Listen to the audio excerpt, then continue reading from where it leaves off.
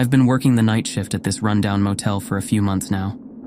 It's the kind of place you'd expect to see on some ghost hunting TV show, with its dimly lit corridors, outdated decor, and eerily quiet atmosphere. I never thought I'd end up here, but after my last job fell through, I was desperate. The motel sits just outside of a small, nearly forgotten town, nestled far enough from civilization that cell reception is barely a thing. And as if to add to the ominous vibe, tonight I'd be the only staff member on duty. It was a typical shift, starting at 10 p.m. The manager told me earlier that day to expect a large group check-in around 10:30 p.m. A bit unusual, considering we almost never have full bookings. The motel is small and usually quiet, its rooms accessible only from the inside hallway. There are no outdoor entrances like the ones you see in cheap roadside motels. So, when I learned that an entire group had booked every single room, it felt strange. I tried to shrug it off and focus on my usual tasks, straightening up the front desk, ensuring the register was in order, and preparing the keycards. But an unsettling feeling crept into my gut. Something about tonight felt off. By 10:30 p.m. I was on edge, waiting for the group to show up. I kept looking toward the entrance, expecting to see a crowd, but only one man walked in. He approached the front desk slowly, his steps almost silent against the old, faded carpet. The man looked odd. He wore an outdated suit, and his face was partially hidden by a wide-brimmed hat. His eyes, though barely visible in the dim light, seemed to hold an unsettling gleam. He walked up to the counter and set a bundle of cash on the desk. "I'm here for the check-in," he said, his voice smooth but lacking warmth. "Right," I replied, eyeing the stack of cash. "You're with the group, correct?" I glanced around, hoping to see others entering behind him, but the entrance remained empty. "They'll arrive later," he answered, his lips curling into a grin. "No need to worry, I'll handle everything." Normally, we require IDs for all guests checking in, but paying up front with cash? We usually turn a blind eye, especially when business is this slow. "Okay, I'll get you checked in. Here's the key to room 105. I pushed the keycard toward him, still feeling uneasy. "So, when are the others arriving?" "They'll come in due time," he replied, turning to leave. "Oh, one more thing." He stopped mid-stride, glancing back at me, his grin widening. "I'll need to give you some instructions. I'll be back in 10 minutes. Before I could say anything, he disappeared down the hallway. I watched him go, his figure vanishing into the shadows cast by the dim hallway lights. An eerie silence filled the lobby. 10 minutes passed, and then 15. I glanced at the clock on the wall, its ticking suddenly louder than usual. An eerie silence filled the lobby, broken only by the occasional creak of the old building settling around me. That's when I heard it, the faint sound of children giggling. My head snapped up, my eyes darting toward the entrance. I stood up from my chair, straining to see through the glass doors, but the dim light from the parking lot revealed nothing. I felt a prickle of fear rise on my skin. Maybe some of the guests had brought kids with them, I told myself, trying to rationalize it, but I knew something was off. Suddenly, the man appeared in front of the desk, almost out of thin air. I jumped, my heart slamming against my ribs. "Did I scare you?" he asked, a smirk curling at the edges of his lips. His eyes gleamed under the shadow of his hat. I forced a laugh. "No, not really," I lied, trying to play it cool. He leaned forward, his gaze piercing through the dim light of the reception area. "Listen closely," he began, his voice low and deliberate. "This group I'm with, they're a bit different. There are certain rules you need to follow for the rest of the night." With that, he pulled out a folded piece of paper and handed it to me. "Read it," he said, his grin widening as he watched me take the paper. The look on his face sent a chill crawling down my spine. "Okay," I replied hesitantly, holding the paper between my fingers. "Pay attention," he added before turning and walking away, his head still turned towards me until he vanished into the hallway. I stared after him, my mouth dry, feeling like I'd just been dropped into some kind of twisted game. Shaking off the feeling, I set the paper down on the counter and added it to a pile of other documents. Thank you notes, customer requests, things I usually ignored until the end of my shift. I had other work to do, like finalizing the check-in, so I turned my attention back to my paperwork, hoping to lose myself in the monotony. Minutes passed, and the eerie silence returned. Then I heard it. The sound of footsteps coming from the hallway. I sighed, knowing the strange man was the only guest at the moment. Great, I thought, not looking forward to any more interactions. The footsteps grew louder, coming closer, but then they stopped, abruptly, just at the edge of my line of sight. I waited, expecting the man to appear around the corner, but nothing happened. Seconds ticked by in eerie stillness. The hair on the back of my neck stood up, and a wave of anxiety washed over me. Maybe I was just being paranoid. I needed to make sure everything was okay. Slowly, I stepped away from the reception desk and crept toward the hallway. My heart pounded in my chest as I approached the corner. I held my breath and peered around, half expecting to see the man standing there. But there was nothing. An empty hallway greeted me, silent and dimly lit. I felt a knot of unease tighten in my stomach. I had definitely heard footsteps. Shaking my head, I turned back toward the reception, telling myself I was just imagining things. But as I walked back, my eyes fell on the desk, and my heart skipped a beat. The piece of paper the man had given me was now lying face up on top of the stack. I froze, staring at it. I knew I had placed it beneath a pile of other papers, yet here it was, almost as if it wanted me to see it. Taking a deep breath, I approached the desk. My hand trembled as I picked up the paper. Maybe it was time to read whatever was on it. I unfolded the paper with shaky hands, my pulse quickening with every second. It felt as though the paper itself radiated a faint chill, a subtle reminder of the man's unsettling presence. I swallowed hard and started to read the neatly typed list. Guests' rules for the night. Rule 1. If you see any of us standing in the hallway at night, do not acknowledge us. We are there for a reason, and it has nothing to do with you. Rule 2. If you encounter a crying child in the lobby or hallway, do not approach. Simply turn around and hum softly to yourself until you are out of sight. My eyes widened as I remembered the faint giggling I'd heard earlier. I glanced nervously toward the lobby, half expecting to see a child standing there, but it was empty. My grip on the paper tightened as I continued reading. Rule 3. If you hear multiple voices coming from a single guest room, do not be alarmed. Speak only when the voice you recognize asks you a direct question. Rule 4. Do not leave the front desk between 1:30 a.m. and 2 a.m., even if you hear screams for help or for any other reason. I felt a cold sweat break out across my forehead. I checked the clock. It was just past midnight. I paused, looking over the remaining rules on the paper. There were more, but I couldn't bring myself to continue.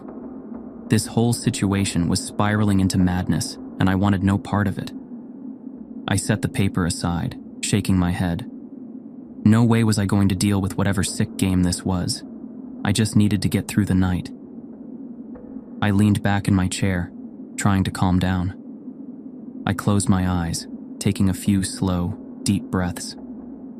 It was almost midnight. The group that the man mentioned still hadn't arrived. Maybe he was just pulling some kind of bizarre prank on me. I didn't know, and I didn't care. I just had to get through the night. As the minutes ticked by, the lobby grew eerily quiet. The silence pressed in on me, heavy and thick, as if the motel itself was holding its breath. I was staring at the clock when the sound of footsteps filled the hallway again. Slow, deliberate steps, growing louder and louder, until they stopped at the edge of my vision. "Oh no, not again," I muttered under my breath. My heart pounded, and a cold chill ran down my spine.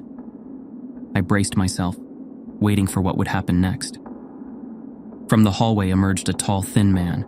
His face was obscured, partially covered by a cloth or mask of some sort. His limbs were unnaturally elongated, his movements jerky, like a puppet on strings. I froze, my mind racing in that moment. The tall figure approached me with slow, deliberate steps, his head tilting slightly as if observing me. I felt every muscle in my body tense up. "Can I help you?" I stammered, trying to keep my voice steady. He didn't respond. He just stared at me, his presence oppressive, as if he were sucking the air out of the room. A faint buzzing noise began to fill the air, emanating from the man. It grew louder, worming its way into my ears, vibrating through my skull. I glanced down at the desk in an attempt to break eye contact, and there it was, the list of rules. My eyes darted across the page until I found what I was looking for. Rule 5. If a guest stares at you for more than 5 seconds, close your eyes and count to 5. When you open them, they should be gone.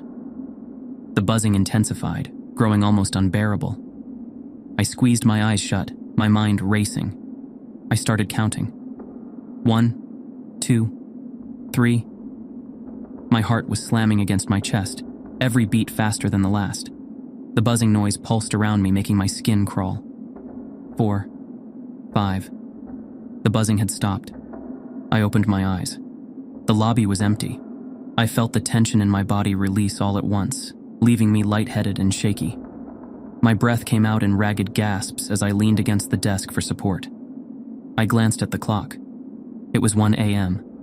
I had 30 minutes until I had to abide by Rule 4, the one about not leaving the front desk. I grabbed the list again, my hands trembling as I read further. Rule 6. Should you hear scratching or scraping sounds coming from under any of our doors, ignore it. Rule 7. When a child guest brings you a drawing, accept it with a smile and look at it. Rule 8. When you hear whispering behind you while you stand at the desk, do not turn around. Rule 9. If you notice a guest's reflection in the lobby mirror staring back with a different expression, avert your eyes immediately. "Oh God," I whispered. My hands were shaking uncontrollably now. This wasn't some joke. This wasn't just a prank. Something was very, very wrong here, and I was stuck in the middle of it. I heard a soft rustling sound to my left. I turned my head slowly, my heart leaping into my throat. Standing just at the edge of my vision was a small child, their face hidden under the hood of a dark sweatshirt. I couldn't make out any features, just a shadowy outline. The child stepped forward, extending a pale hand toward me. In it, they held a piece of paper. My blood ran cold as Rule 7 flashed through my mind. I forced myself to smile, though every nerve in my body screamed to run. "Thank you," I managed to say, reaching out to take the drawing. I looked down at the paper in my hand. It was a crude drawing of a man with no face, just smooth skin, no eyes, no mouth, no nose. A shiver ran down my spine. Suddenly, the child snapped their head up, the hood falling back. My breath caught in my throat. The face was just like the drawing, smooth, featureless skin where eyes, a mouth, a nose should be. I stumbled backward, tripping over my chair and falling onto the floor. My pulse thundered in my ears, drowning out every rational thought. When I managed to look up again, the child was gone. I sat there for a moment, frozen, my mind reeling. This was too much. I had to get out of here. I didn't care about the job, the rules, any of it. I just had to leave. I scrambled to my feet and was about to rush toward the exit when I stopped dead in my tracks. The man, the one who had checked in earlier, was standing in the middle of the lobby, his grin wider than ever. "Going somewhere?"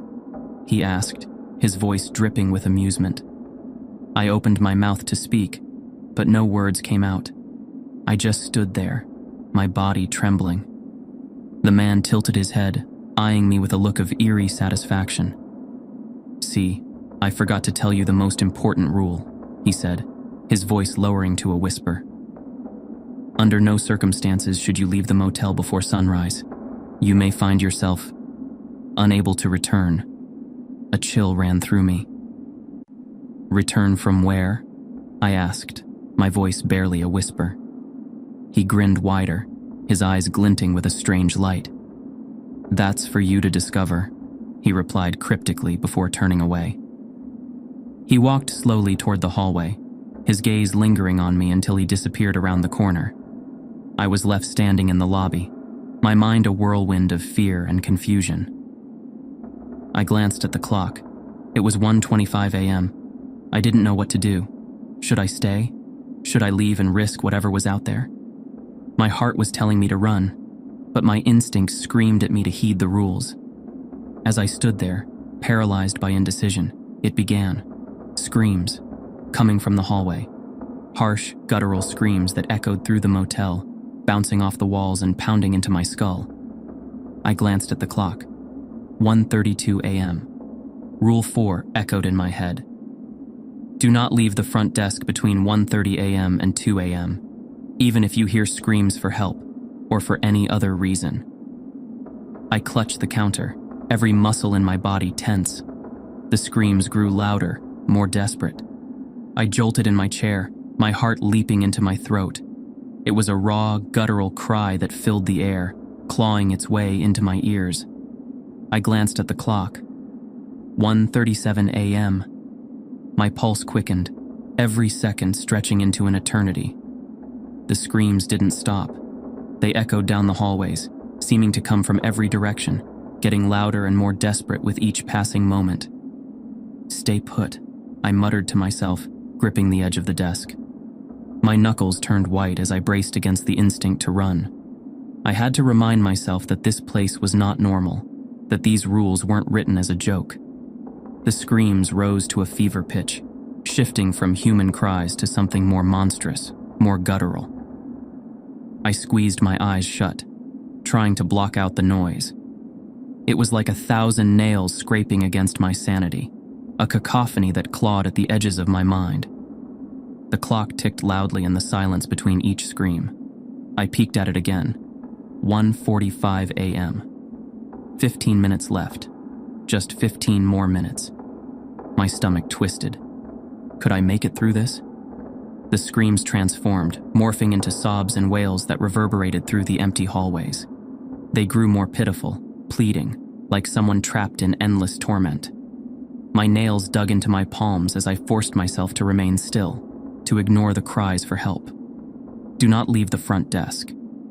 The words echoed in my head, steadying me as I resisted the overwhelming urge to bolt. The clock ticked on, slowly, agonizingly. 1:50 a.m. The cries in the hallway seemed to inch closer, pressing against the walls, as if they would burst through and flood the room. I bit down on my lip until I tasted blood, focusing on the pain to ground myself. The room felt like it was closing in, the air thickening with every second. The screams warped again, blending into a chaotic symphony of agony. I gritted my teeth, feeling sweat drip down my temples. 1:58 a.m., 2 more minutes. The screams continued, but they began to fade, becoming a haunting background noise. It was as if the building itself had started to absorb the sound, muting it, trapping it within the walls. The clock's second hand crawled forward, each tick like a nail being driven into my skull. I stared at it, willing it to move faster. 1:59 a.m. Almost there. Almost. Finally, the clock struck 2 a.m. The screams stopped. Silence washed over the lobby, a cold, suffocating quiet that made my ears ring. I sagged back into my chair, gasping for air, my heart pounding like a drum. It was over, at least for now. Silence filled the lobby, pressing down on me with a weight that made it difficult to breathe. My pulse gradually slowed, but the dread remained like a stubborn stain on my consciousness. I glanced at the clock. 2:02 a.m. The rules still loomed in my mind like dark omens. I took a deep breath, trying to calm my nerves. My hands were clammy, leaving faint prints on the reception desk. I wanted nothing more than to run, to get as far away from this motel as possible. But that man's words haunted me. Under no circumstances should you leave the motel before sunrise. You may find yourself unable to return. Return from where? I didn't dare find out. So I stayed put, waiting, straining to hear the faintest sound. The only noise was the hum of the fluorescent lights above, flickering like they were struggling to stay awake. I eyed the dimly lit hallway leading to the guest rooms, half expecting something to materialize from the shadows. Seconds stretched into minutes. The stillness was worse than the screams. At least the noise gave me something to react to, a crisis to focus on. This emptiness, though, it gnawed at me, feeding my fear. Suddenly, out of the corner of my eye, I noticed movement. My breath caught in my throat as I turned my head ever so slightly to my left. A small figure stood just on the edge of my vision, near the entrance to the hallway. My stomach dropped. A child. I forced myself to stay calm, my mind racing back to the rules. Rule 2. If you encounter a crying child in the lobby or hallway, do not approach. Simply turn around and hum softly to yourself until you are out of sight. The child didn't seem to be crying, at least not yet. Its small frame eerily still. For a moment I thought it might be one of the guests' children playing some sick joke. But deep down, I knew this was something else. Something not human. The child's head tilted slightly, as if it was trying to see me better, trying to gauge my reaction. I felt a shiver run through me. I needed to follow the rule, and I needed to do it now. I slowly turned away, keeping my eyes fixed on the front desk. My heart was thudding loudly in my chest, each beat echoing in my ears. Then, a sound broke the silence, a soft, pitiful whimper. The child had begun to cry. I forced myself to hum, keeping it soft and steady, like a lullaby. The sound felt unnatural leaving my lips, awkward, almost mechanical, but I didn't stop. I hummed a song I barely remembered from my childhood, something my mother used to sing when I had nightmares. I kept my eyes forward, focusing on the front desk, refusing to acknowledge the presence behind me. The crying grew louder, more insistent, like it was trying to claw its way into my head. I hummed louder, my voice trembling. Every fiber of my being wanted to turn around, to see what was standing just a few feet away. But I didn't. Don't look back, I told myself. Don't even think about it. Gradually, the cries softened, dwindling to faint sobs. And then finally, silence. I swallowed hard, daring to let out a slow, shaky breath. I continued to hum as I moved towards the far side of the reception desk, placing the solid wood between me and whatever had just been there. I risked a glance to the side. The hallway was empty. I slumped into the chair behind the desk, my whole body trembling. I closed my eyes for a moment, trying to regain some sense of composure. It was over. I had followed the rule. But the relief was fleeting. This was only a small victory in what felt like an unending nightmare. 2:17 a.m. The seconds ticked away, each one like the drip of a leaky faucet, reminding me that time was still moving even though it felt like the night would never end. A creak sounded to my right. I snapped my head towards the lobby mirror. It was an old, ornate piece with a wooden frame. I glanced at my reflection, my own pale, tired face staring back at me, eyes wide with fear. I almost looked like a ghost myself, but then something caught my eye. Behind me, near the hallway entrance, a figure stood. My heart nearly stopped. It was the child again, but this time, its face was visible in the reflection. My stomach twisted. Its eyes were hollow, dark pits that seemed to go on forever. Its mouth twisted into a grin that stretched far too wide. Rule 9. If you notice a guest's reflection in the lobby mirror staring back with a different expression, avert your eyes immediately. I yanked my gaze away, my heart hammering so hard it felt like it might burst out of my chest. I squeezed my eyes shut, trying to erase the image burned into my mind. The grotesque, hollow-eyed stare, that horrible smile. It felt like it was seeping into my thoughts, tainting every corner of my brain. I stayed like that for a few moments, eyes closed, breathing deeply, willing the fear to subside. The room felt colder, as if whatever was behind me had sucked all the warmth out of the air. My mind buzzed with the pressure of it, an unbearable itch that begged me to look back, to check if it was still there. Don't look, just breathe. Let it go. Minutes passed, or perhaps only seconds. It was impossible to tell. Slowly, I opened my eyes, staring down at the reception desk. I didn't dare look at the mirror again. I waited, straining my ears for any sound that might betray its presence. But there was nothing, only the faint hum of the lights and my own ragged breathing. Gradually, I allowed myself to glance towards the hallway. It was empty. I turned back to face the lobby, keeping my eyes away from the mirror. I was safe. For now.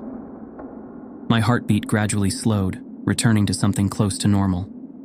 I sat there, staring blankly at the reception desk, trying to make sense of what had just happened.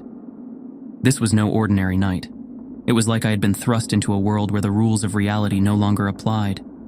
For a moment, I found comfort in the ordinary act of breathing, in the faint hum of the reception lights overhead. But the feeling of dread lingered like a shadow in the corner of the room. Slowly, I started to regain some control over my thoughts. I closed my eyes and took a deep breath, focusing on grounding myself in this moment. What am I even doing here? My mind whispered. I should just leave. Get out of here while I still can. But then, the man's words replayed in my head. You may find yourself unable to return. Was it a threat, or just another trick to keep me here? I glanced toward the glass doors that led to the parking lot. The exit was right there. My car was waiting just a short sprint away. I could grab my keys, dash outside, and be gone in less than a minute. But what then? What did he mean by unable to return? My fingers drummed nervously against the edge of the reception desk. I could leave. But what if I was wrong? I looked at the clock again. 3 a.m. I decided to wait, to give it more time. After all, I'd made it this far. If sunrise was my safety net, I wasn't about to jeopardize it with just a few hours left to go. I kept glancing at the clock, willing time to pass faster. The seconds dragged like molasses, each tick echoing in my mind, mocking my sense of urgency. By 3:30 a.m., my nerves were on edge, but I had begun to find a rhythm in the silence. Maybe I could endure this. Maybe the worst had passed. 4 a.m. The hum of the lights, the rustle of papers on the desk, and even my own shaky breathing became a mantra, a reminder that I was still here, still holding on. 4:30 a.m. I stood up and paced behind the desk, rubbing my arms to keep warm. The air felt colder, the shadows in the hallway longer, but I focused on the upcoming dawn. Just hang in there.